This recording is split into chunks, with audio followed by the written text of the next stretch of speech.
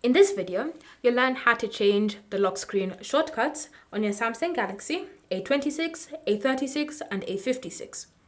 So the first step when it comes to changing these shortcuts is to access the lock screen editor.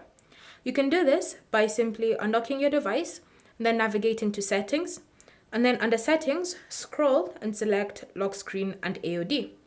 From here, look for Edit Lock Screen and tap on it to view the lock screen editor. Alternatively, you can always just long press on an empty space on your lock screen like this, and then you'll be prompted to enter in the PIN, password, or pattern so you can access editing mode.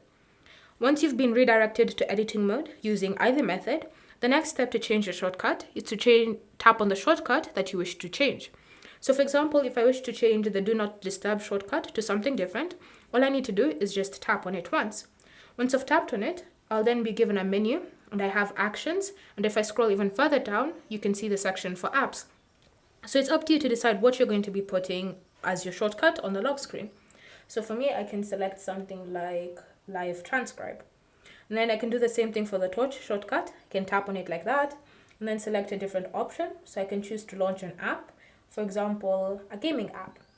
Then once you finish with choosing which shortcut you want to add to your lock screen, just tap on Done to save and apply the changes. So from here, now whenever you glance at the lock screen, you can see your newly added shortcuts. If you ever want to use the shortcuts, all you need to do is just swipe inwards. So if I want to use the Live Transcribe shortcut, I just need to swipe inwards on top of the icon, like this, and then Live Transcribe will be enabled. For some shortcuts or app shortcuts, you will need to enter in your PIN, password, or pattern so that you can be able to use the feature. Thank you for watching. If you have any questions or comments, leave them down below and we'll get back to you.